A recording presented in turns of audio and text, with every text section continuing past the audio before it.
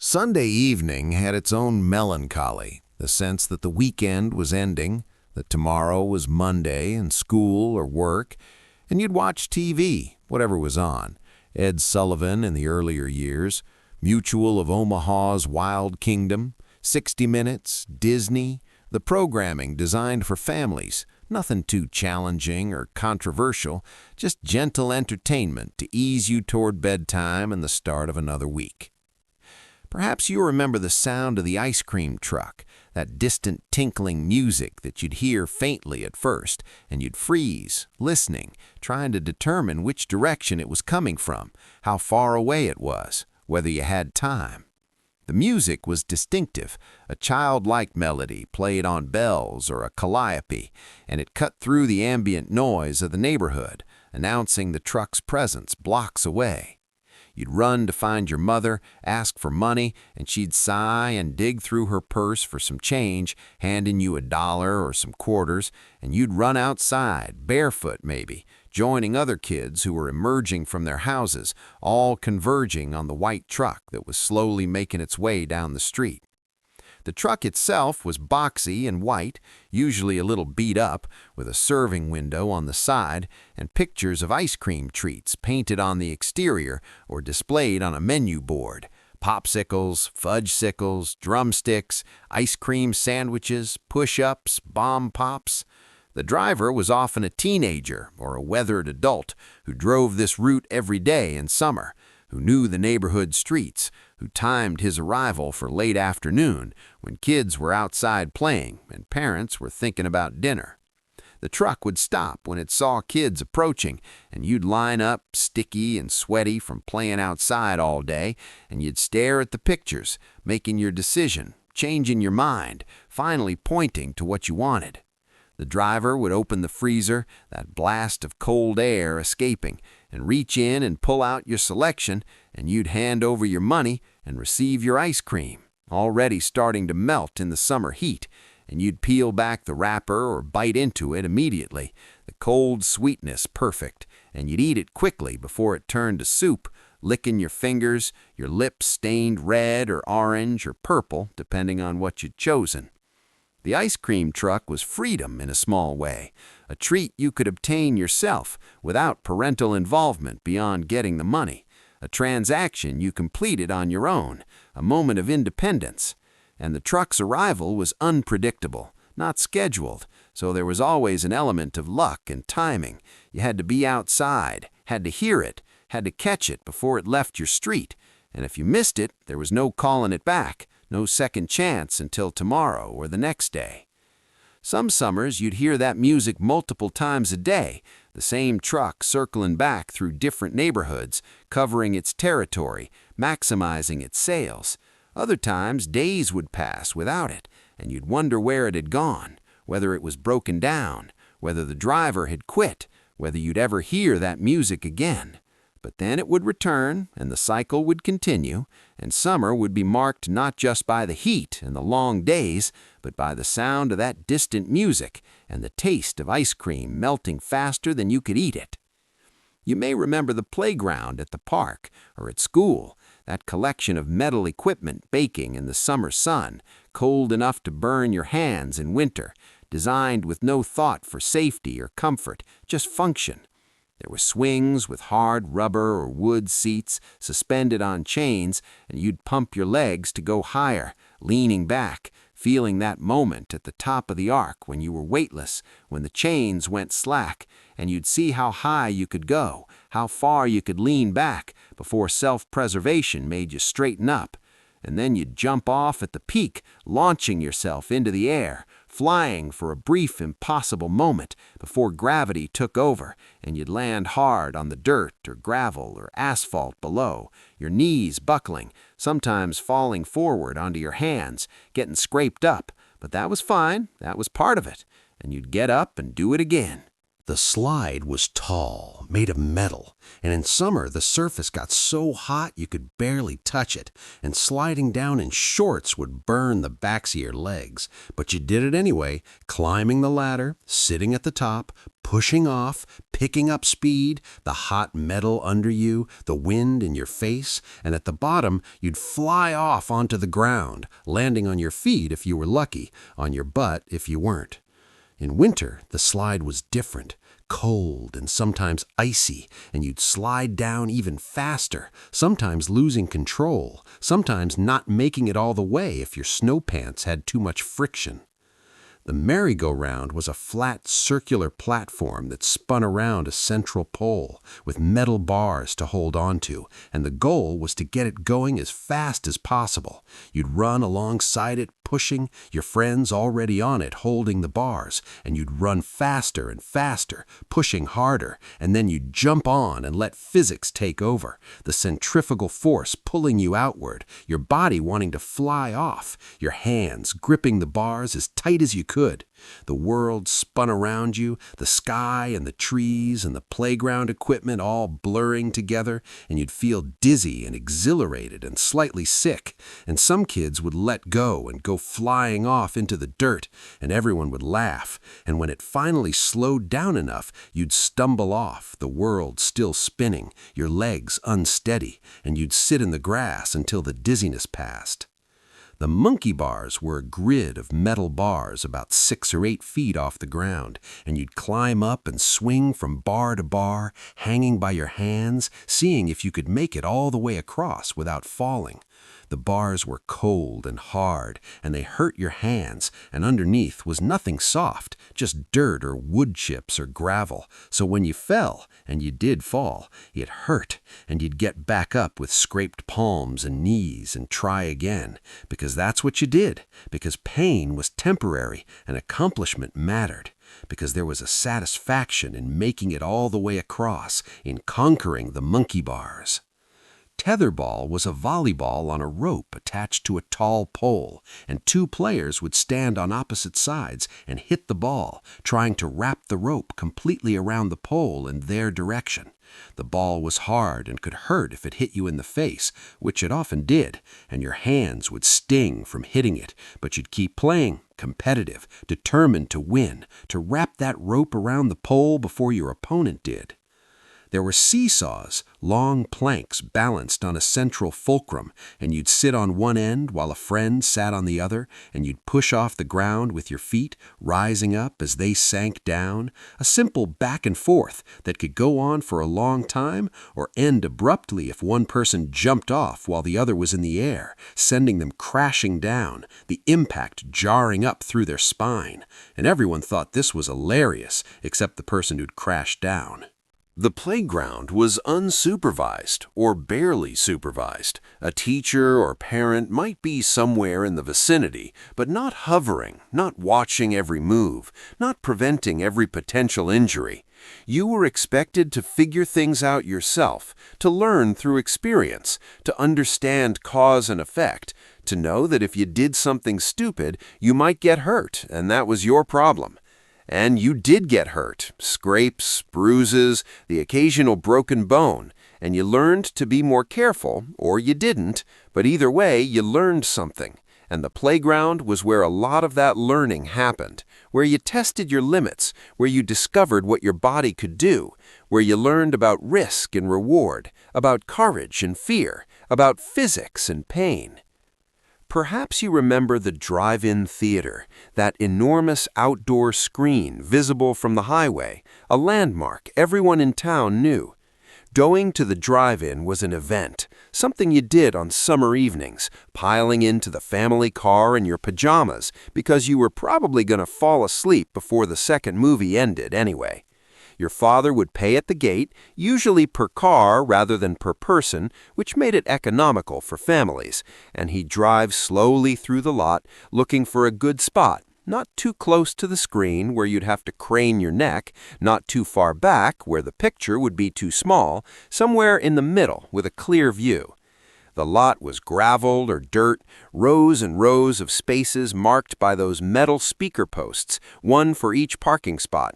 Your father would pull in, back in sometimes for a better angle, and then he'd roll down the window and lift the speaker off its post and hang it on the window glass, that heavy metal speaker with its coiled cord, and sound would crackle out of it, tinny and lo-fi, but adequate, the soundtrack to the movie playing on that enormous screen as dusk turned to darkness. Families would set up for the evening. Some people would sit in their cars, kids in the back seat, parents in the front. Others would open the trunk and sit on the bumper or set up lawn chairs. Some would spread blankets on the ground in front of their car. The concession stand was a small building in the middle of the lot, and before the movie started or during intermission between the double feature, you'd walk there in the dark, navigating between cars, and buy popcorn and candy and soda, and the prices were cheaper than indoor theaters, and you'd carry your haul back to your car and settle in. The movies themselves were often second-run, films that had already played in regular theaters, or B-movies, or family-friendly fare designed to appeal to the broadest possible audience. There was always a double feature, 2 movies for the price of 1, and between them there would be an intermission, and the screen would show ads for the concession stand, dancing hot dogs and soda cups, bouncing candy bars, all animated in that kitschy, colorful style of the era, urging you to visit the snack bar. The experience was social in a way indoor theaters weren't. People would walk around between movies, visiting other cars, talking to neighbors and friends. Kids would play on the playground equipment that most drive-ins had, swings and slides, visible in the glow of the concession stand lights. Teenagers would park in the back rows, ostensibly to watch the movie, but really to make out, the drive-in providing a socially acceptable place to be alone together in a car in the dark. As the evening went on, as the second movie played, the lot would gradually empty. Families with young children leaving early, the kids already asleep in the back seat. By the end of the second feature, only a fraction of the cars remained, and when it was finally over, when the credits rolled and the screen went dark, there was always a moment of disorientation, coming back to reality, and then the slow exodus, cars starting up, speakers being replaced on their posts, everyone navigating through the dark lot toward the exit, headlights casting long shadows. The drive-in was summer, was warm nights and movies under the stars, was a peculiarly American form of entertainment that combined our love of cars with our love of movies, and for a few decades it thrived, hundreds of drive-ins across the country. But then they started closing, the land becoming too valuable, the economics not working anymore, and one by one they disappeared. Those big screens torn down or left standing as monuments to a vanished form of entertainment. And now they're mostly gone, remembered by those who experienced them as something magical, something irreplaceable, something that made summer evenings special in a way that streaming a movie at home can never quite replicate. You may remember the soda fountain at the drugstore, that long marble or formica counter with swivel stools upholstered in red vinyl, chrome bases bolted to the floor. The fountain was usually toward the back of the store, past the pharmacy counter and the aisles of merchandise, a destination within the destination, a place to sit and have a Coke or a milkshake or an ice cream sundae. The person working the fountain wore a white paper hat and sometimes a white apron, and they'd make your drink right there in front of you, a performance of sorts. If you ordered a Coke, they'd take a glass, a real glass, not paper or plastic, and fill it with ice from a bin, then hold it under the dispenser and pull the handle, and Coca-Cola would flow out, fizzing and bubbling, the syrup mixed with carbonated water right there, creating that perfect fountain Coke taste that somehow was better than Coke from a bottle or can, colder, more effervescent, more satisfying. They'd slide it across the counter to you with a paper straw, and you'd sip it slowly, savoring it, making it last. A milkshake was more involved. They'd scoop ice cream into a metal container, add milk and flavoring, chocolate, vanilla, strawberry, and put it on the milkshake machine, that green Hamilton Beach mixer with the spinning rod, and it would whir and blend the ingredients into a thick, creamy shake, and they'd pour it into a tall glass and give you the metal container, too, with whatever didn't fit in the glass, which was usually a significant amount, a bonus. The shake was so thick you could barely get it through the straw, and you'd suck hard, feeling the cold spread through your mouth and down your throat, and it was rich and sweet and filling, a meal in itself. A sundae came in a tulip-shaped glass dish, scoops of ice cream with hot fudge or butterscotch or strawberry sauce poured over it, and whipped cream on top, and a cherry, and maybe nuts if you wanted them. The hot fudge would start to melt the ice cream on contact, creating pools of chocolate, and you'd dig in with a long spoon, trying to get some of everything in each bite. The soda fountain was a social space, a place to meet friends after school, a place to sit and talk and drink a Coke and feel grown up. The stools spun and kids would spin on them until told to stop. The counter was a gathering place, and the person working the fountain knew the regulars, knew what they liked, might have their drink ready before they even ordered. Some fountains served food, too. Sandwiches, hamburgers, grilled cheese, simple diner fare made on a griddle behind the counter. You could have lunch at the fountain, a burger and fries and a Coke, and it was affordable, casual, quick. The fountain was part of the fabric of small-town America, a third place between home and work or school, a place to be that wasn't transactional, where you could sit for a while without anyone rushing you, where the rhythm was slower, where time moved differently than it did in the rest of your life. And then gradually they disappeared. The drugstores remodeled, took out the fountains to make room for more merchandise, more profitable items, or the drugstores themselves closed, replaced by chains that didn't have fountains, that didn't have anywhere to sit, that were all business, all efficiency. The soda fountain became a nostalgia item, something preserved in a few retro diners and old-fashioned ice cream parlors. But the everyday accessibility of it, the ordinariness of it, that was lost. And with it went a particular kind of social interaction, a particular way of being in your community, a small daily pleasure that people didn't fully appreciate until it was gone. Perhaps you remember the barber shop, not a salon or a styling place, but a barber shop, with the red and white striped poles spinning outside, with men's magazines on the table, with the smell of talcum powder and hair tonic and barbicide in the jar where the combs soaked. The barber shop was a male space, and if you were a boy, your father would take you there, and you'd wait your turn sitting in chairs along the wall, watching the barber work, the snip of scissors, the buzz of electric clippers, hair falling to the floor in soft drifts. The barber was often the same man year after year, decade after decade, someone who'd cut your father's hair, your grandfather's hair, now your hair, and he knew the family, knew what cut you wanted, or what cut your father wanted you to have, and he'd put the booster seat on the barber chair if you were small, or you'd sit in the big chair, your feet not quite reaching the footrest, and he'd pump it up with the foot pedal until you were at the right height, and he'd wrap the striped cape around you, fastening it at the neck, and the cutting would begin.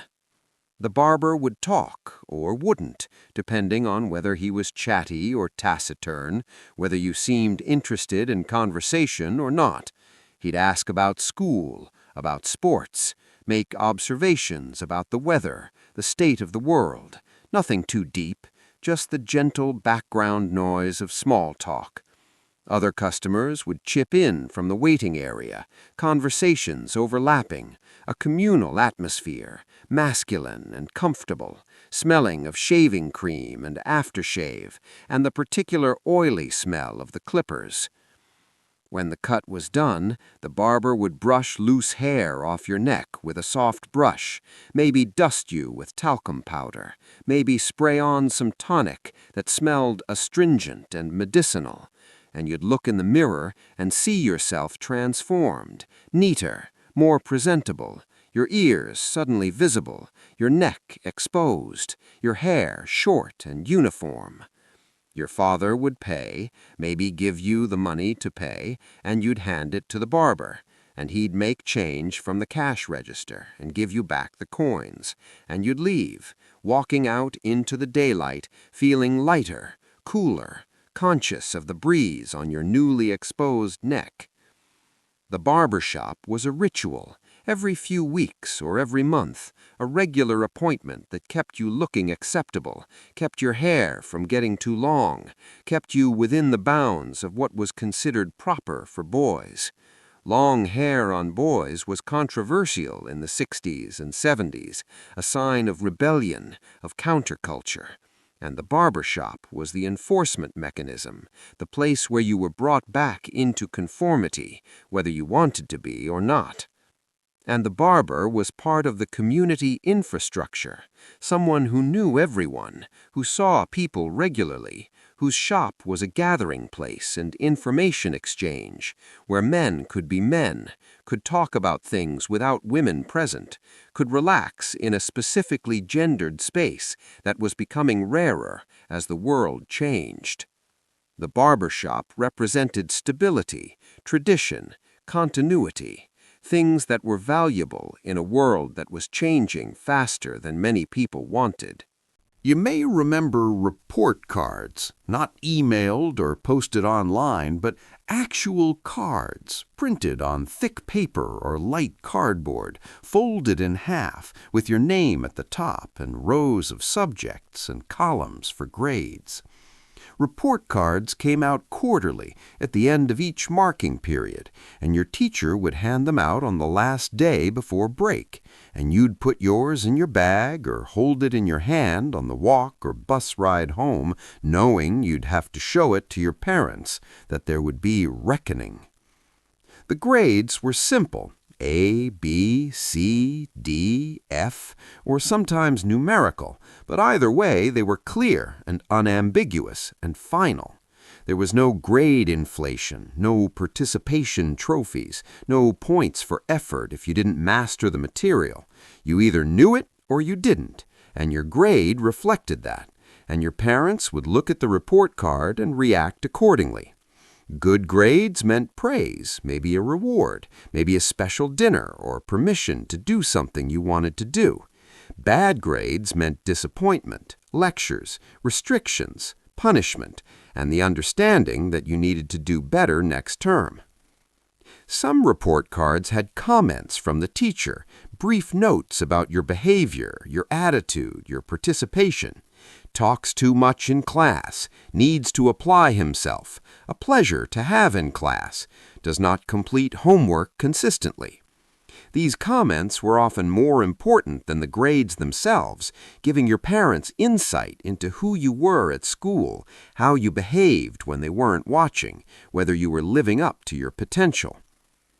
The report card had to be signed by a parent and returned to school, proof that they'd seen it, that they knew how you were doing.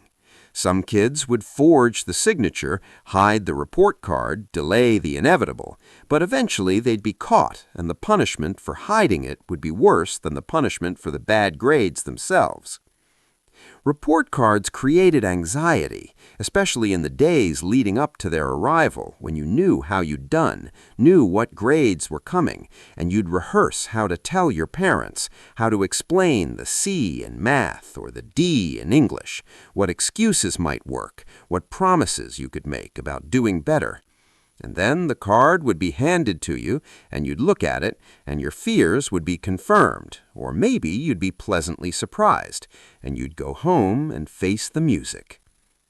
The report card was a judgment, an evaluation, a ranking that placed you in relationship to your peers and to expectations, and it was taken seriously by schools and parents and kids themselves in a way that seems almost quaint now, when grades are fluid and negotiable, when there's always another chance, another opportunity, another way to raise your average.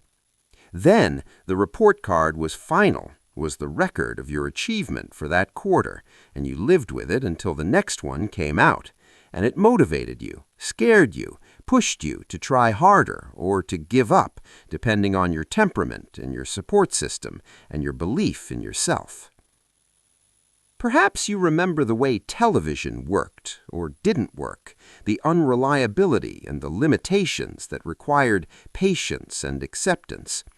The TV itself was a piece of furniture, a console made of wood, heavy and permanent, sitting in the living room or the family room. The screen maybe 20 inches diagonally, curved and thick, surrounded by all that wooden housing. You'd turn it on, and nothing happened immediately. You had to wait for it to warm up, for the tubes inside to heat up, and gradually a dot of light would appear in the center of the screen and expand outward until the picture resolved itself, and only then could you see what was on. You had 3 channels, maybe 4 if you were lucky, maybe PBS in addition to ABC, NBC, and CBS, and that was it. No cable, no hundreds of channels, no options. You watched what was on, or you didn't watch TV. The channels came in through the antenna, those rabbit ears sitting on top of the TV, 2 telescoping metal rods that you'd adjust, extending them, rotating them, trying to get a clear picture. The reception depended on weather, on atmospheric conditions, on luck, and sometimes the picture would be clear and sharp, and sometimes it would be snowy and distorted, and sometimes you'd get ghosts, multiple overlapping images, and sometimes the picture would roll, the image tumbling vertically, and you'd have to adjust the vertical hold, a knob on the TV that somehow controlled this. Adjusting the antenna was an art form and often a family activity. Someone would stand by the TV, moving the rabbit ears, while someone else sat across the room calling out whether the picture was getting better or worse. A little to the left. No, back. Up higher. Hold it right there. And when you finally found the position that worked, you'd try to secure it somehow, maybe with tape or by wedging something against it. But inevitably, someone would bump the TV or the antenna, and you'd lose the signal and have to start over. Some houses had roof antennas, tall metal structures mounted on the chimney or the peak of the roof, rotatable from inside the house with a control box. And these could pick up signals from farther away, could sometimes get channels from nearby cities, expanding your options slightly. But they were still at the mercy of weather and geography, and a thunderstorm would turn your picture to static, and you'd just have to wait it out. Changing the channel required getting up and walking to the TV and turning a dial, a physical knob that clicked as it rotated through the channels, and you'd skip over the ones that had no signal, that showed only static, stopping on the ones that came in. Some families had rules about who controlled the channel. Dad controlled it, or whoever got to the TV first, or it was negotiated, debated, argued over. Remote controls existed by the 70s, but they were rare and expensive, wired to the TV with a long cable, and later wireless but primitive, using ultrasonic tones that sometimes didn't work, sometimes changed the channel on your neighbor's TV through the wall. The TV schedule was fixed, published in the newspaper and in TV Guide, a magazine devoted entirely to television listings, and you'd consult it to see what was on, to plan your viewing, to make sure you didn't miss your favorite show. Shows aired once at a specific time, and if you missed it, you missed it. There were no reruns until summer, no DVR, no streaming, no way to watch it later. You planned your life around the TV schedule, made sure you were home at 7:30 for Happy Days, at 8 for the Waltons, whatever your shows were. Saturday morning was for cartoons, hours and hours of them, and kids would get up early, pour themselves a bowl of sugary cereal, and plant themselves in front of the TV, watching Bugs Bunny, Scooby-Doo, the Jetsons, Schoolhouse Rock between shows, teaching grammar and math and civics through song. Saturday morning cartoons were a ritual, a sacred time, and parents let their kids watch because it kept them quiet and occupied and gave the parents a chance to sleep in or have coffee in peace. The national anthem played at the end of the broadcast day, usually around midnight or 1 a.m., the picture of a waving American flag, the anthem playing, and then the station would go off the air. The picture would disappear, and you'd be left with a test pattern or static, white noise and snow, and that was it until the station came back on in the morning. Television wasn't a 24-hour thing. It had operating hours, and outside those hours there was nothing to watch, and you'd turn off the TV and find something else to do or go to bed. You may remember going to the Five and Dime, the variety store that sold everything and nothing, where you could wander the aisles and find things you didn't know you needed, where everything was cheap and accessible and slightly magical in its abundance. The store had a name like Woolworth's or Ben Franklin or S.S. Kresge, national chains but also local independents, and they all had the same general layout, long aisles with low shelves, fluorescent lights overhead, linoleum floors, a lunch counter near the front or the back. You'd walk in and be greeted by a particular smell, a combination of popcorn from the machine near the entrance, the oily smell of the candy nuts being roasted, the plasticky smell of new merchandise, the slightly musty smell of the building itself. The aisles were organized by category but loosely, and you'd find kitchen gadgets next to toys, next to sewing supplies, next to pet supplies, and the joy was in browsing, in discovering things, in seeing what they had. There were bins of plastic toys, cheap things made in Hong Kong or Japan before manufacturing moved to China, little cars and soldiers and animals, and you could buy 'em for a dime or a quarter, take 'em home, play with 'em for a day or a week until they broke, which they always did because they were cheaply made, but it didn't matter because they were cheap enough to replace. There were coloring books and crayons and paints, paper dolls, jump ropes, jacks, yo-yos, paddle balls with the rubber ball attached by elastic, all things that would keep a child occupied for a few hours or days. There were household items, dish towels and pot holders and mixing bowls, plastic storage containers, cleaning supplies, light bulbs, extension cords, batteries. There were greeting cards and wrapping paper and ribbon. There were school supplies, notebooks, pencils, erasers, rulers, paste, construction paper, all the things you'd need for school, all available in one place, all affordable. The lunch counter was a world unto itself, a long formica counter with stools, and you could sit and order a sandwich or a bowl of soup or a piece of pie, and it would be served by a waitress in an apron who'd call you hon or sweetie and refill your coffee without asking. The food was simple and cheap and satisfying, nothing fancy, just basic American fare. And the counter was a social space, people sitting shoulder to shoulder, strangers making small talk, regulars who came every day and had their usual order. The Five and Dime was democratic, accessible to everyone, regardless of income, a place where a child with $1 could have a meaningful shopping experience, could make choices, could buy things that brought genuine pleasure. It was part of downtown, part of Main Street, a fixture of American towns, and people shopped there regularly, not just for specific items, but for the experience, for the browsing, for the sense of abundance and possibility.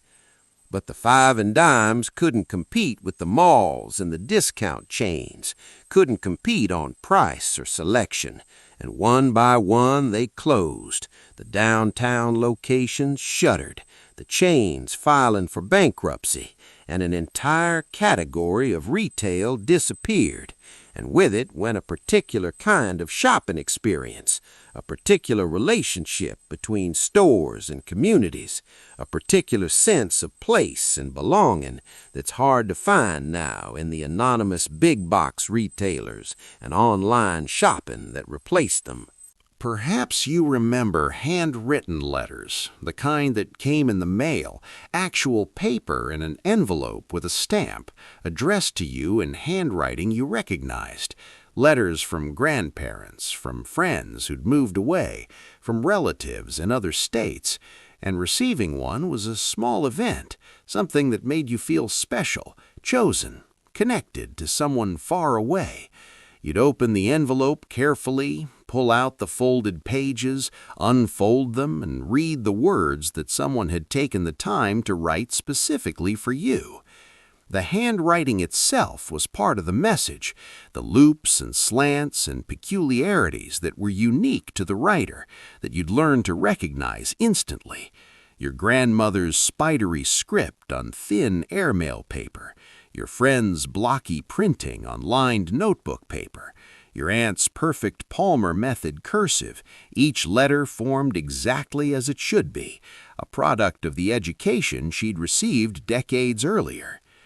The content of letters was different from phone conversations, more thoughtful, more composed, because the writer had time to think about what they wanted to say, to organize their thoughts, to express themselves more fully than they might in a real-time conversation. Letters contained news, what was happening in their lives, updates on family, descriptions of weather and activities and thoughts. They asked questions. How are you? What have you been doing? Tell me about school or work or whatever was relevant. They expressed feelings. I miss you. I'm thinking of you. I hope you're well. Writing a letter back was a responsibility and a pleasure. You'd get out paper and a pen, sit down at a table or desk and compose your response, trying to match the tone of the letter you'd received, trying to answer their questions, trying to share news of your own. You'd write a draft in your head or sometimes on scratch paper first, and then you'd write the final version as neatly as you could, trying not to make mistakes, because crossing out was messy and starting over was annoying. When you finished, you'd fold the pages, put them in an envelope, write the address on the front, copy it carefully from the return address on the envelope you'd received, put your own return address in the upper left corner, put a stamp in the upper right corner, seal the envelope, and take it to the mailbox. And then you'd wait, knowing that your letter would take days to arrive, that their response would take days more, that correspondence happened in this slow, asynchronous rhythm that required patience but also created anticipation. Some people were faithful correspondents, writing regularly, maintaining relationships across distance through letters. Others were sporadic, writing only when something significant happened, when they needed to share news that couldn't wait for the next phone call. Some letters were short, a page or two, just a quick update. Others were long, rambling, stream-of-consciousness accounts of life that went on for pages, that you'd read and reread, that you'd save in a box or a drawer, because they were too precious to throw away. Letters were also formal in ways that modern communication isn't. You'd begin with "Dear" and their name, even if they were a close friend or family member. You'd end with "Love" or "Sincerely" or "Yours truly" and your signature. You'd think about tone and propriety, especially in letters to elders or to people you didn't know well. A letter was a considered piece of writing, something that represented you, that would be physically held by the recipient, that might be kept for years or decades. And because letters were physical objects, they could be lost, damaged, destroyed. A house fire could take years of correspondence. A move could result in boxes of letters being left behind or thrown out. But letters that survived became historical documents, records of relationships and times and places, tangible connections to the past that could be held and read and passed down to future generations. The decline of letter writing happened gradually as phone calls became cheaper and email became ubiquitous and texting became the default mode of communication. Each technological advance made communication faster and easier, but also more ephemeral, less tangible, less permanent. And something was lost, the deliberation, the thoughtfulness, the physical artifact, the sense that someone had taken time specifically for you, had sat down with pen and paper and composed something meant only for you, had entrusted it to the postal system, had waited for your response, all of which created a particular kind of intimacy and connection that's hard to replicate in an instant message. You may remember the Sears catalog, that enormous book that arrived in the mail twice a year, fall and spring, but especially the Christmas catalog that came in the fall and was called the Wish Book. The catalog was thick, hundreds of pages, and it weighed several pounds, and it was filled with pictures of everything Sears sold: clothes, tools, appliances, furniture, toys, electronics, sporting goods, jewelry, everything you could possibly want, all in one book. For kids, the toy section was the main attraction, and when the catalog arrived, you'd grab it and flip through looking for the toys, and you'd spend hours studying the pages, circling the things you wanted with a pen, making your Christmas list, prioritizing, fantasizing about what it would be like to own each item. The pictures were in color, carefully composed and lit to make everything look as appealing as possible, and the descriptions were detailed, telling you exactly what each toy did, what it came with, what made it special. You'd show the catalog to your friends, compare lists, see what they wanted, argue about which toys were best. You'd show it to your parents, point to the things you'd circled, make your case for why you should get this or that, negotiate, compromise. The catalog became dog-eared and worn from use, pages torn, the spine cracked, and by Christmas it was barely holding together. For adults, the catalog was a shopping tool, a way to order things without leaving home, which was revolutionary for people in rural areas or small towns without access to big stores. You could browse at your leisure, compare prices, read descriptions, and then fill out the order form, write a check, put it all in an envelope, and mail it to Sears. And a few weeks later, your order would arrive, either at your house or at the local Sears catalog desk where you could pick it up. The catalog also served another function, as a record of what was available, what things cost, what styles were current. Looking through old Sears catalogs now is like looking through a time capsule, seeing the fashion, the technology, the prices, the assumptions about how people lived. A refrigerator cost $300, a bicycle cost $35, a nice dress cost $12. The catalog documented ordinary life in a way few other sources did. The Sears catalog was also heavy enough to be useful for other purposes. It was a booster seat for small children at the dinner table. It was a doorstop. It was kindling for starting fires. In rural areas, before indoor plumbing was universal, it was famously used as toilet paper in outhouses, the pages soft enough to serve the purpose once you crumpled them up a bit. But mainly the catalog was about possibility, about abundance, about the promise that anything you wanted could be yours if you had the money and the means to order it. It was democratic in its way, offering the same products to everyone, regardless of where they lived, bringing the department store to people who had no access to one. And for kids, it was about dreams, about imagining a Christmas morning when you'd unwrap these toys, about the anticipation that built through the fall as the holidays approached.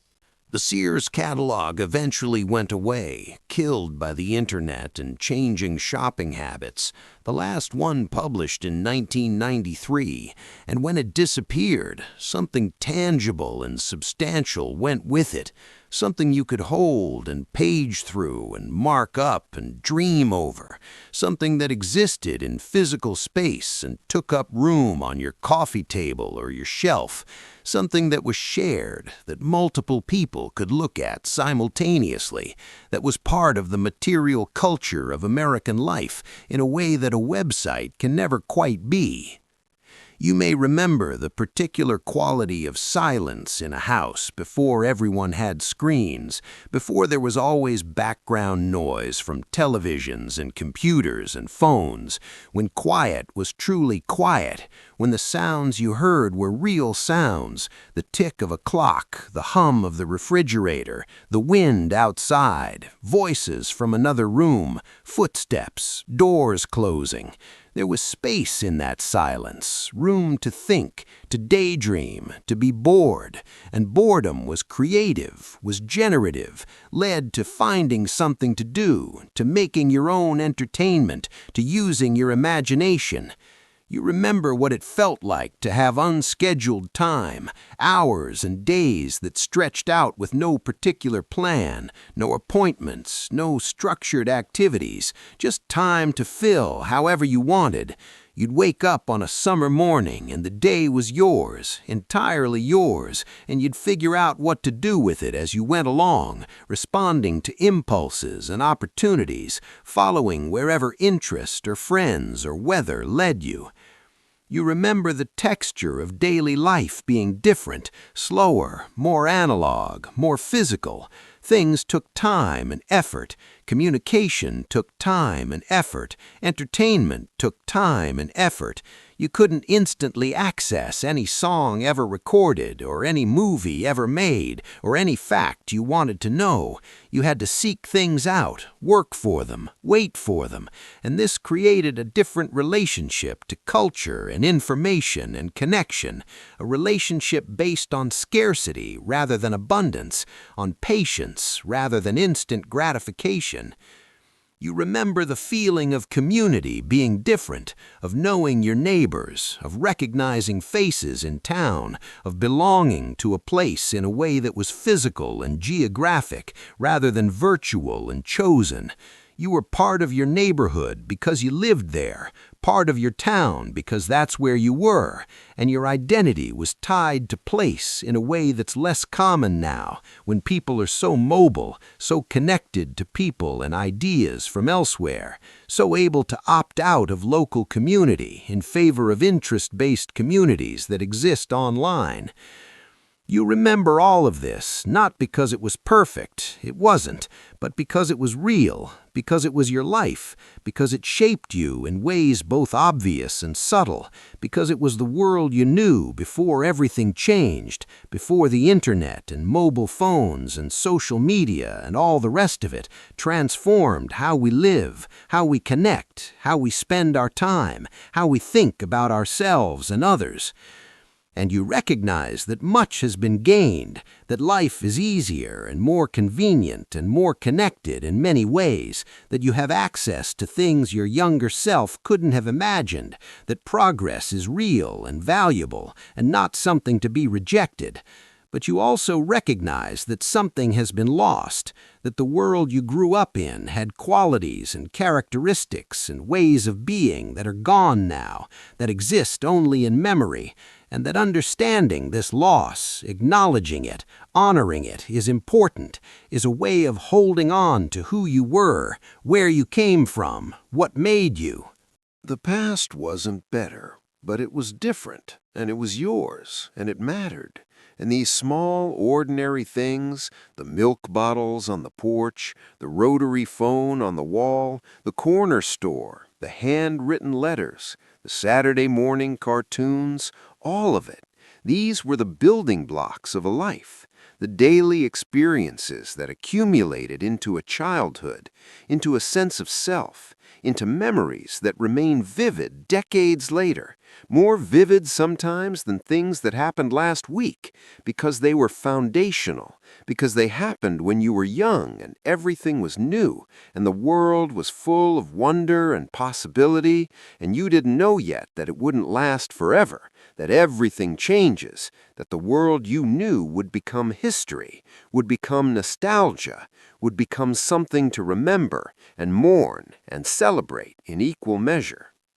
And so you remember, and in remembering you keep it alive, you pass it on, you say to whoever will listen, this is how it was, this is what we had, this is what it felt like to be alive in that particular time and place, and it mattered, it was real, it was ours, and now it's yours too, this memory, this story, this glimpse into a vanished world that once was as real and solid and permanent seeming as anything, and is now nothing but echoes and images and the fading recollections of those who were there, who lived it, who carry it still somewhere deep, and who, when they close their eyes, can still see it all, can still hear the ice cream truck's music fading in the distance, can still feel the weight of the rotary phone in their hand, can still taste the fountain coke on their tongue, can still smell the freshly cut grass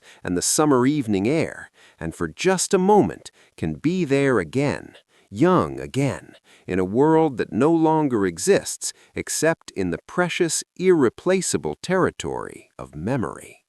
You may remember the particular feeling of Saturday afternoon, that golden stretch of time after morning chores were done but before evening routines began, when the whole weekend still felt full of possibility. Your father might be outside washing the car in the driveway, the garden hose uncoiled, a bucket of sudsy water sitting on the concrete, and he'd be working his way around the vehicle with a sponge, soaping it down section by section, then rinsing it off, the water streaming down the sides, pooling on the driveway, running into the street. The car was important, a significant investment, something to be cared for, maintained, kept clean and running. Your father knew how to do basic maintenance himself, change the oil, replace the spark plugs, adjust the carburetor. He had tools in the garage, a socket set and wrenches and screwdrivers, and he'd spend weekend afternoons under the hood, tinkering, fixing, improving, teaching you the names of parts, showing you how things worked, passing down knowledge that was considered essential for any man to have. The car itself was different from cars today, bigger, heavier, built like a tank from solid steel, with chrome bumpers that could take a hit and bench seats upholstered in vinyl that would burn the backs of your legs in summer and freeze you in winter. There were no seat belts, or there were seat belts, but nobody used them, the belts tucked down into the crack between the seat back and cushion, forgotten, unused, because people didn't think about car safety the way they do now, didn't imagine that something terrible could happen, or if they did imagine it, they accepted it as one of life's risks, something you couldn't control, fate or chance or God's will. You'd pile into the car for family trips, kids in the back seat, no seats, no boosters, babies held on laps or lying on the back shelf behind the rear seat, and everyone would be loose, mobile, fighting over space and windows and who was touching whom. On long trips, you might lie down in the back, stretched out on the seat, looking up through the rear window at the sky and the telephone poles sliding past, or you'd kneel on the seat facing backward, watching the road disappear behind you, waving at cars following, playing games with other kids in other cars.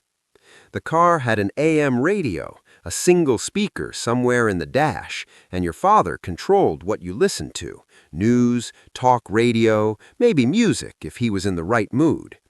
The radio had push buttons for preset stations and a dial you could turn to fine-tune the frequency. And sometimes stations would drift, would fade in and out, especially when you were driving through areas with hills or between cities, and you'd lose the signal and hear static until the next station came in.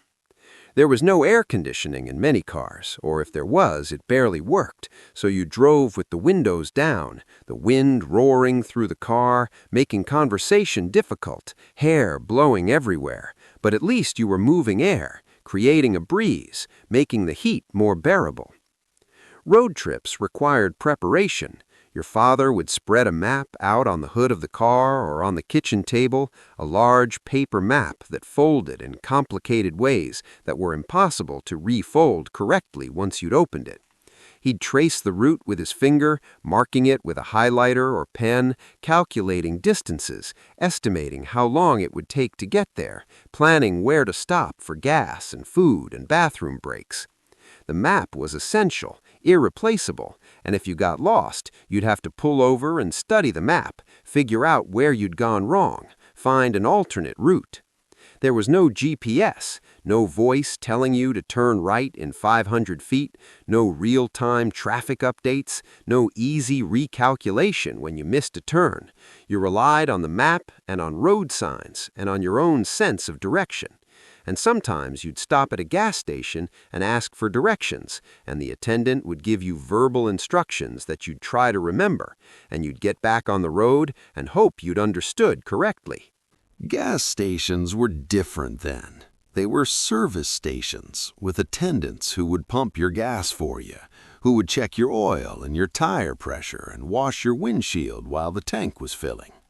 You'd pull up to the pump and a young man in a uniform would come out and ask, "Fill her up?" And your father would say yes, or would specify an amount, $5 worth, and the attendant would pump the gas and then come to the window and your father would pay him, cash or occasionally a credit card that the attendant would take inside to process on one of those manual imprinters that made a carbon copy of the card information. The gas station smelled like gasoline and oil and cigarettes, and there were often vending machines outside selling soda in glass bottles that cost a quarter, and you'd put your money in and open the machine and pull out a bottle by its neck, and there'd be a bottle opener mounted on the side of the machine, and you'd pop the cap off and it would fall into a collection bin with a satisfying clink against all the other caps that had accumulated there. Inside the station, there was usually a small office with a desk and a cash register and a cigarette machine and maybe a rack of maps for sale and oil filters and fan belts and other automotive supplies, and the bathroom keys hung on a large piece of wood or a hubcap so you couldn't accidentally take them with you. The restrooms were around the side or the back of the building, accessed from outside, and they were often filthy, barely maintained, just a toilet and a sink in a small cinder-block room, and you'd try to avoid using them if possible, would hold it until you could find somewhere cleaner, though on a long road trip you didn't always have that luxury. There was a particular smell to gas station bathrooms, a combination of urine and disinfectant and mildew, and the floors were often wet and the toilets often clogged, and you'd do your business as quickly as possible and get out. Perhaps you remember stopping at rest areas on the highway, those state-maintained facilities with picnic tables and parking areas, and sometimes playgrounds, where families would pull off to stretch their legs and eat lunch from the cooler they'd packed that morning.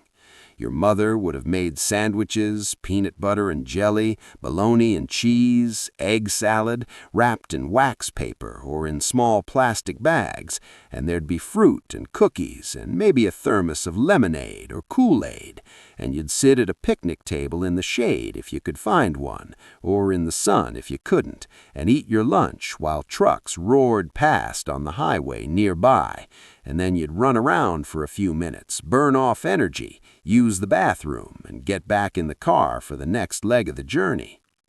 The highway itself was a ribbon of asphalt cutting through the landscape, and you'd watch the scenery change as you drove. Farmland giving way to forest, flat plains rising into hills, the subtle shifts in vegetation and terrain that told you that you were getting somewhere, that you were covering distance. There were Burma Shave signs along the highway, a series of small red signs with white lettering, each one containing a line of a poem or slogan, spread out so you'd read them in sequence as you drove past, advertising shaving cream in a way that was clever and memorable and uniquely suited to the automobile age. There were also billboards, enormous painted signs advertising restaurants and motels and attractions, see Rock City, Wall Drug, whatever tourist traps and roadside attractions were trying to lure travelers off the highway. Some billboards were straightforward advertisements, others built anticipation, a series of signs counting down the miles, only 50 miles to, only 25 miles to, only 5 miles to, creating a sense that you were approaching something worth seeing, though often when you got there, it was just a gift shop and a snack bar and some dubious attraction that didn't live up to the hype. Motels were different from hotels, smaller, simpler, usually single-story buildings arranged in an L or U shape around a parking lot, each room with its own door to the outside. You'd pull up to the office, usually marked by a neon vacancy or no vacancy sign, and your father would go inside and register, and the clerk would give him a key attached to a large plastic tag with the room number on it, and you'd drive around to your room and unload your suitcases and go inside. The room was basic. 2 double beds with thin bedspreads, a dresser with a TV bolted on top, a small bathroom with thin towels and tiny bars of soap wrapped in paper, an air conditioning unit built into the wall that was either too loud or didn't work well enough. But it was clean, usually, and cheap, and it served its purpose, which was to give you a place to sleep before you got back on the road the next morning. Some motels had pools, small rectangles of chlorinated water enclosed by a chain-link fence, and if the motel had a pool, you'd beg to swim, and your parents would relent if there was time, and you'd put on your bathing suit and jump in, the water cold despite the summer heat, and you'd swim and play until your fingers were pruned and your lips were blue and your parents called you out, and you'd dry off with those thin motel towels and put your clothes on over your still damp suit and go to the room and shower and change and go find dinner somewhere. Dinner on the road was at diners or family restaurants, places with names like the Country Kitchen or Mom's Cafe, with laminated menus that offered breakfast all day and burgers and fried chicken and meatloaf and pie. The waitress would seat you in a booth with vinyl seats and would bring water in thick glasses and would take your order on a small pad, and the food would come out quickly, hot and filling and unremarkable, but satisfying after a long day of driving. Your father would pay the check in cash, leave a tip on the table, and you'd all pile back into the car and drive back to the motel and maybe watch a little TV before bed. Whatever channels came in, usually not many, the picture fuzzy and the sound crackly, and then you'd fall asleep in the unfamiliar bed, tired from the travel, knowing you'd wake up and do it all again tomorrow until you finally reached your destination. You may remember the feeling of receiving a package in the mail, the excitement of seeing your name on a box or a padded envelope, knowing that inside was something you'd ordered weeks ago, something you'd been waiting for and had almost forgotten about. Mail order was how you got things that weren't available locally. Specialty items, catalog purchases, things you'd seen advertised in the back of magazines. You'd fill out an order form, write a check or get a money order, mail it in, and then wait. and waiting could take weeks. 6 to 8 weeks for delivery was standard, and you just had to be patient, had to trust that your order had been received and was being processed and would eventually arrive. The mailbox was checked every day, and most days it contained nothing interesting: bills, advertisements, catalogs, but occasionally there would be something for you, and that was a small thrill, a break in the routine, proof that you existed in the larger world, that someone somewhere had thought of you, had sent you something, whether it was a letter or a package or a magazine subscription. The mail carrier knew your family, knew what kind of mail you typically received, might comment on an unusually large package or a postcard from an exotic location, and you knew when to expect the mail, could anticipate the sound of the mailbox opening, the rustle of paper being inserted, the satisfying clunk as the door closed.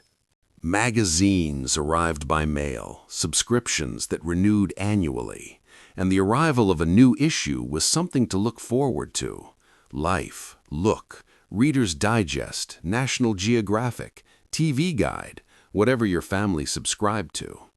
The magazines were glossy and substantial, full of photographs and articles and advertisements, and they were saved, stored in a stack or on a shelf, and you'd go back through old issues looking for a specific article or just browsing. And eventually, when the stack got too high, they'd be discarded or donated or used to line the bottom of the parakeet cage or to start fires in the fireplace. Newspapers were delivered daily, landing on the front porch or the driveway early in the morning, sometimes wrapped in plastic if rain was expected, sometimes just rolled and rubber-banded. Your father would read the paper at breakfast or after work, the pages spread out on the table or held up in front of his face, the paper making that distinctive crinkling sound when he turned the pages. The newspaper was comprehensive, containing not just news but comics, Dear Abby, horoscopes, TV listings, movie times, classified ads, obituaries, everything you might want or need to know about what was happening locally and nationally.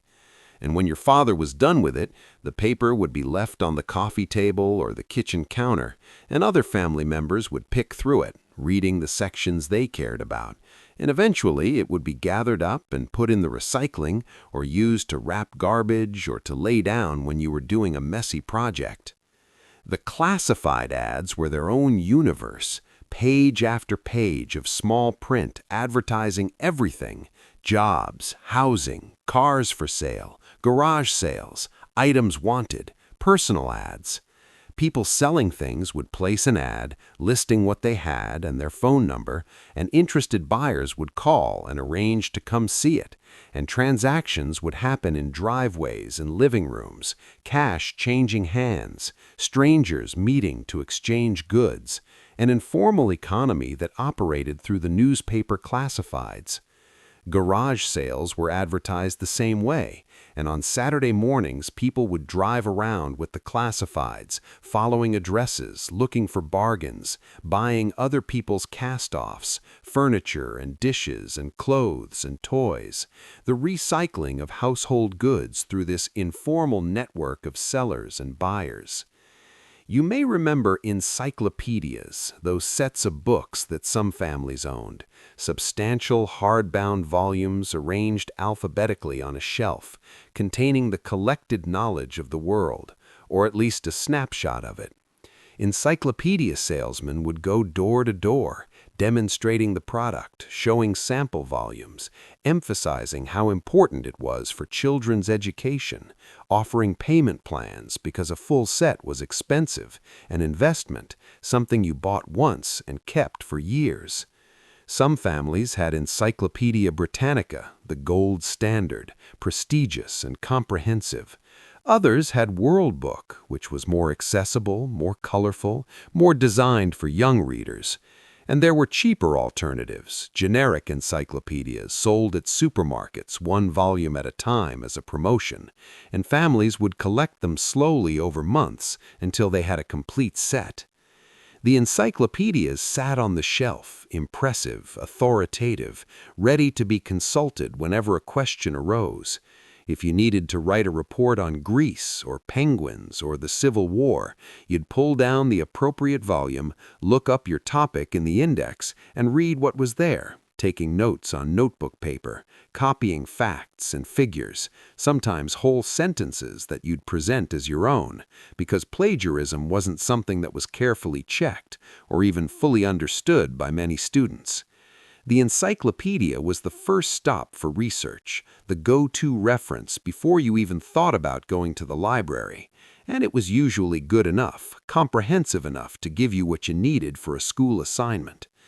But encyclopedias became outdated quickly, the information growing stale as the world changed, and there was no way to update them except to buy a new set, which most families never did. So you'd have encyclopedias from 1968 or 1975, and you'd be looking up information in 1985, and some of it would be fine. Facts about ancient history don't change much, but some of it would be wrong. Maps showing countries that no longer existed, population figures that were way off, scientific understanding that had been superseded, and you wouldn't necessarily know that what you were reading was outdated, and you'd absorb it as truth and move on. The encyclopedia also had a particular smell, that old book smell of paper and binding glue and dust, and the pages were thin, almost tissue-like, and they had to be turned carefully to avoid tearing. Some volumes had photographs, black and white or occasionally color, and there might be transparent overlays in the anatomy section, showing layers of the human body or fold-out diagrams of complex machines or historical events. The encyclopedia was impressive, educational, aspirational, a symbol that your family valued learning, valued knowledge, was willing to invest in it. And even if you didn't use them often, they were there, on the shelf, a resource and a statement. Perhaps you remember the particular quality of birthday parties, not the elaborate affairs they've become, but simple gatherings at home, in the backyard or the living room, with decorations from the 5 and dime and a cake your mother made from a box mix, frosted with frosting from a can, decorated with candles that you'd blow out while everyone sang happy birthday, slightly off-key, not in unison, just a ragged chorus of voices celebrating another year of your life. The guests were kids from school in the neighborhood, maybe 8 or 10 of them, and they'd arrive carrying presents wrapped in paper and topped with bows, and the presents would be piled on a table or in a corner, and you'd eye them throughout the party, wondering what was inside, trying to guess from the shape and the weight and the sound when you shook them. The party would involve games, Pin the Tail on the Donkey, musical chairs, Red Rover, Simon Says, games that required no equipment or very little, games that everyone knew how to play, games that created winners and losers and tears sometimes, but that was okay. That was part of learning, part of life. There would be ice cream and cake served on paper plates with plastic forks, and everyone would eat too much sugar and get wound up, running around the yard, playing too roughly, someone always ending up crying or with a scraped knee, and your mother would intervene, calm things down, redirect the energy, suggest a quieter activity. And then it would be time for presents, and you'd sit on the floor surrounded by your friends and open each gift, tearing the paper off, expressing appropriate gratitude regardless of what was inside, though some gifts were clearly better than others, and your friends would watch to see your reaction, hoping you liked what they'd brought, what their mother had helped them pick out at the store.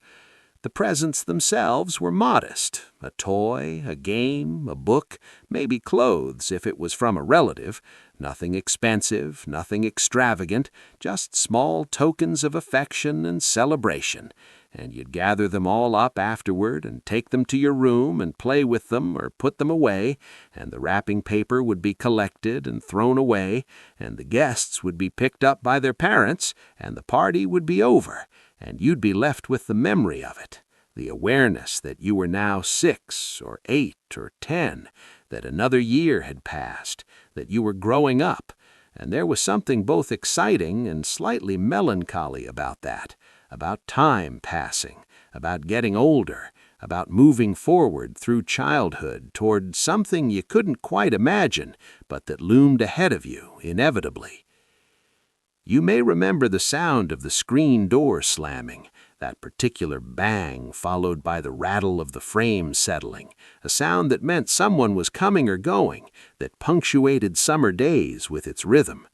The screen door was a fixture of most houses, a wooden or aluminum frame with wire mesh screen mounted on a spring that would pull it closed automatically, and the spring was always too strong or too weak, never quite right, so the door would either slam violently or fail to close completely, and you'd have to adjust it periodically, tightening or loosening the tension.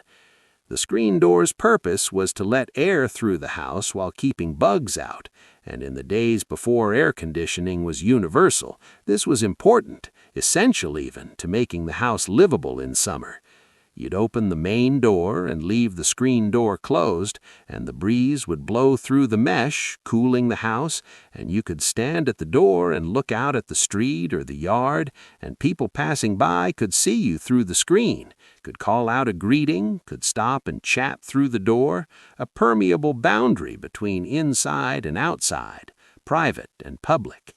The screen door would get holes in it from age or from someone pushing against it or from the cat clawing at it trying to get out, and the holes would be patched with little metal or plastic patches that should glue or sew on, or they'd just be left there and bugs would get in through them, and eventually the screen would need to be replaced entirely, and your father would buy a roll of screening at the hardware store and cut it to size and install it himself, stretching it tight across the frame, securing it with a special tool that rolled the edges into a groove, a project that would take a weekend afternoon and would make the door better than new for a while.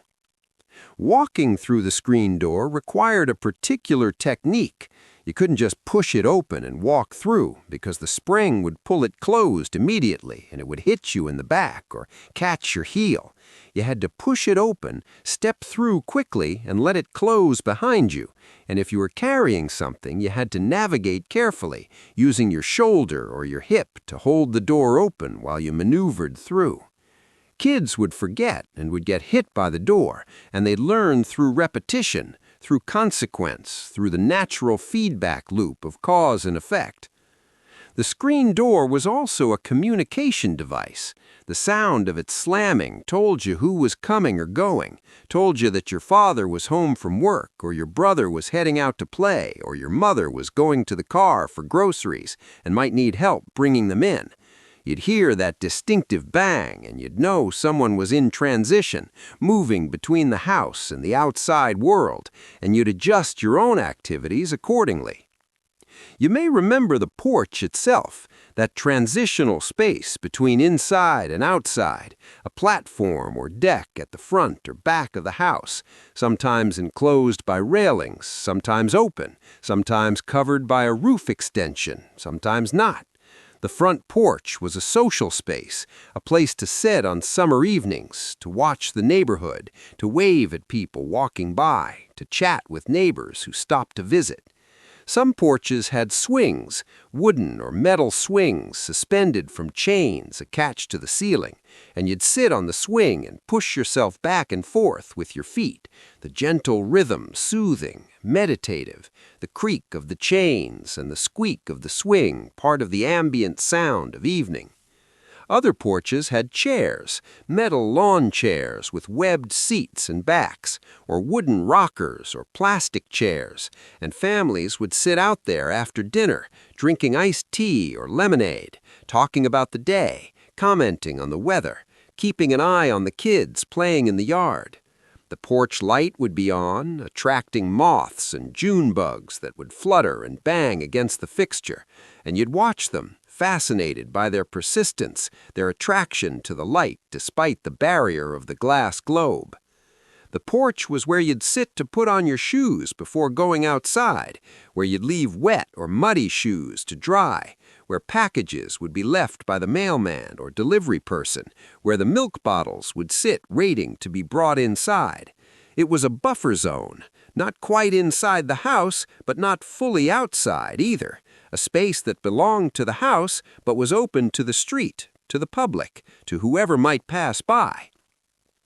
Some neighborhoods had a culture of porch sitting, where on summer evenings you'd see people on porches all up and down the street, and you'd walk past and call out greetings, and you might stop and chat for a few minutes. And this informal surveillance system meant that everyone knew what was happening on the block, who was home, who wasn't, what was going on. And while this meant less privacy, it also meant more security, more community, more connection between people who shared a physical space. Perhaps you remember the particular rhythm of laundry day, which was often Monday, a day dedicated to washing and drying and folding the family's clothes. Your mother would gather the dirty laundry from hampers and bedrooms, sort it into piles, whites, colors, delicates, and load the washing machine, a top-loading machine in the basement or a back room or a closet, with an agitator in the middle that would swish back and forth, moving the water and clothes in a rhythmic pattern. The machine would fill with water from the faucet, hot or cold depending on what was being washed, and detergent would be added, powder from a box or liquid from a bottle, and the lid would close and the machine would start its cycle, filling and agitating and draining and spinning, the sounds distinctive and comforting if you were used to them, slightly alarming if you weren't. Washing a full load of laundry took time, maybe 30 or 40 minutes, and when it was done, the clothes would be transferred to the dryer or, in warm weather, carried outside in a basket to be hung on the clothesline.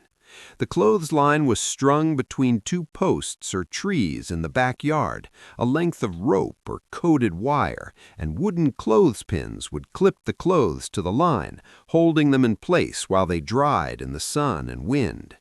Hanging laundry was an art form, a technique passed down from mother to daughter. Hang shirts by the shoulders, pants by the waistband, socks in pairs. Use just enough pins to hold things secure, but not so many that you ran out. The clothes would flap and billow in the breeze, and they'd dry slowly, taking hours. And when they were brought back inside, they'd smell like fresh air and sunshine, and they'd be stiff, especially towels and jeans, and they'd need to be folded or hung immediately, or they'd wrinkle and need to be ironed. The dryer was a luxury, a convenience that saved time and effort, and it had its own rhythms and sounds, the tumbling of clothes, the squeak of the drum rotating, the click of zippers and buttons against the metal, and the heat that would build up in the laundry room, making it uncomfortably warm, and the lint that would accumulate in the lint trap and need to be cleaned out after every load. The dryer had a timer, and when the cycle was done, a buzzer would sound, a harsh mechanical buzz that could be heard throughout the house, signaling that the clothes were ready to be folded. Folding laundry was often a family activity, everyone sitting around the pile of warm clothes, folding their own items or working together to fold sheets and towels, and there was a particular satisfaction to it, to bringing order to chaos, to transforming a jumbled heap of fabric into neat stacks ready to be put away. Some items needed to be ironed, your father's work shirts, church clothes, anything made of cotton that wrinkled easily, and the ironing board would be set up, a padded board on collapsible metal legs, and the iron would heat up, a heavy metal implement that could burn you if you weren't careful, and the clothes would be sprinkled with water from a bottle, and the iron would press out the wrinkles, steam rising, the smell of hot cotton filling the room. Laundry was work, real work, time-consuming and physical, and it had to be done regularly because people didn't have the extensive wardrobes they have now, didn't have 15 pairs of pants and 30 shirts, so clothes needed to be washed and ready to wear again within a reasonable time frame. And this work was almost always done by women, by mothers and daughters, and it was one of the many invisible labors that kept households functioning, that made it possible for everyone else to have clean clothes and not think about how they got that way. You may remember the TV dinners, those aluminum trays divided into compartments, each one holding a different component of the meal: meat in the large compartment, vegetables in the smaller ones, a dessert in the smallest, all frozen solid and wrapped in a cardboard box with a picture of the finished meal on the front, a picture that never quite matched what you actually got. TV dinners were convenience food, a way for your mother to feed the family with minimal effort, and they represented modernity, technology, the future, the idea that food could be prepared in a factory and frozen and stored, and then cooked in your home oven without any real cooking skills required. You'd preheat the oven. TV dinners required an actual oven, not the microwave, which either didn't exist yet or wasn't common in homes until the 1980s. And you'd remove the dinner from its box and peel back the foil on top, and you'd put the tray directly on the oven rack and wait 30 or 40 minutes, depending on the instructions, and the house would fill with the smell of heating aluminum and cooking food. Not an entirely pleasant smell, but a familiar one that signaled that dinner was coming together with minimal effort. When the timer went off, you'd pull the trays out of the oven, careful because the aluminum was hot, and you'd set them on the table, maybe on a potholder or a placemat, and you'd peel back the rest of the foil and reveal the food inside. And it was never as good as the picture on the box, never looked quite right. The meat was some mystery substance, pressed and formed and covered in gravy. The vegetables were mushy and flavorless. The dessert was either an apple cobbler or a brownie, small and disappointing. But you ate it anyway because it was dinner, because your mother was tired or busy or just didn't feel like cooking, and TV dinners were the acceptable fallback. The name TV dinner came from the idea that you could eat them while watching television, that they were designed for this new lifestyle, where the TV was the center of the home, where families gathered around it, where it made sense to eat in front of it rather than at the dining table. And some families did this, used TV trays, those small folding tables that you'd set up in the living room, and ate their dinners while watching their shows. And this was seen as modern, as informal, as a break from the formality of traditional family meals. But other families resisted this, insisted that dinner was at the dining table, that the TV was turned off during meals, that eating together and talking was important, was non-negotiable, and the TV dinner was just a convenience, a way to get food on the table, not a statement about how it should be consumed.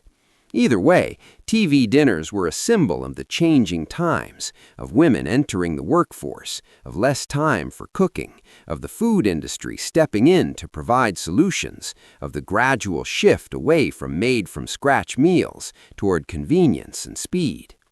Perhaps you remember the encyclopedia salesman who would occasionally knock on the door, carrying a sample volume, dressed in a suit, ready to deliver a practiced pitch about the importance of education and how a set of encyclopedias would give your children an advantage in school and in life.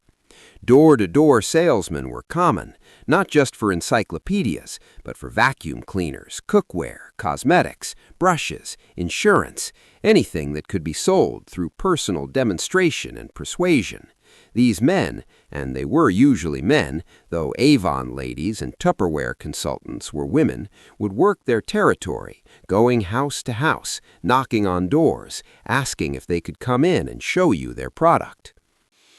Games would spontaneously organize. A kickball game would form when enough kids showed up. Someone would bring a ball. Teams would be chosen. Bases would be designated using backpacks or jackets or just agreed upon spots. And the game would go on for hours, stopping only when kids had to go home for dinner or when darkness made it impossible to see. There were arguments about rules, about whether someone was safe or out, whether a ball was fair or foul, and these arguments would sometimes escalate into pushing or shoving, but usually they'd be resolved through consensus or through someone with enough authority or force of personality to impose a decision, and the game would continue.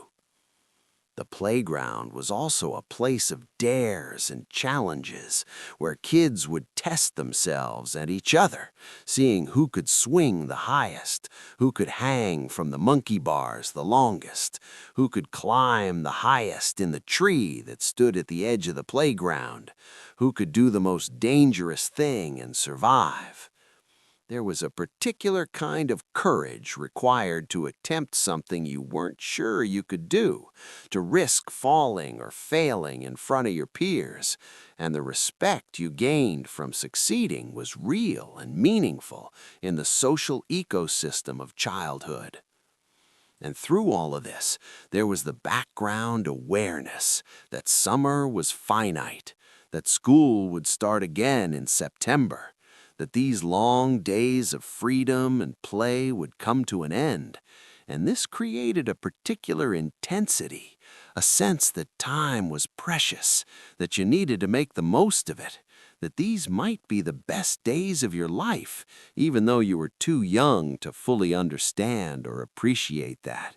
And so you played harder, stayed out later, squeezed every last drop of experience from each day before the inevitable return to routine and structure and responsibility.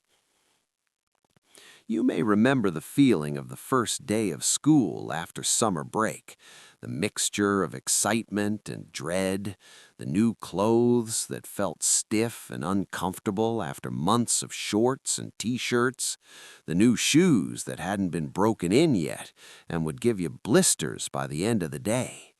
You'd have a new lunchbox maybe, a metal one with a picture on it. Star Wars, Holly Hobby, the Dukes of Hazzard, whatever was popular that year, and inside a matching thermos that your mother would fill with milk or juice.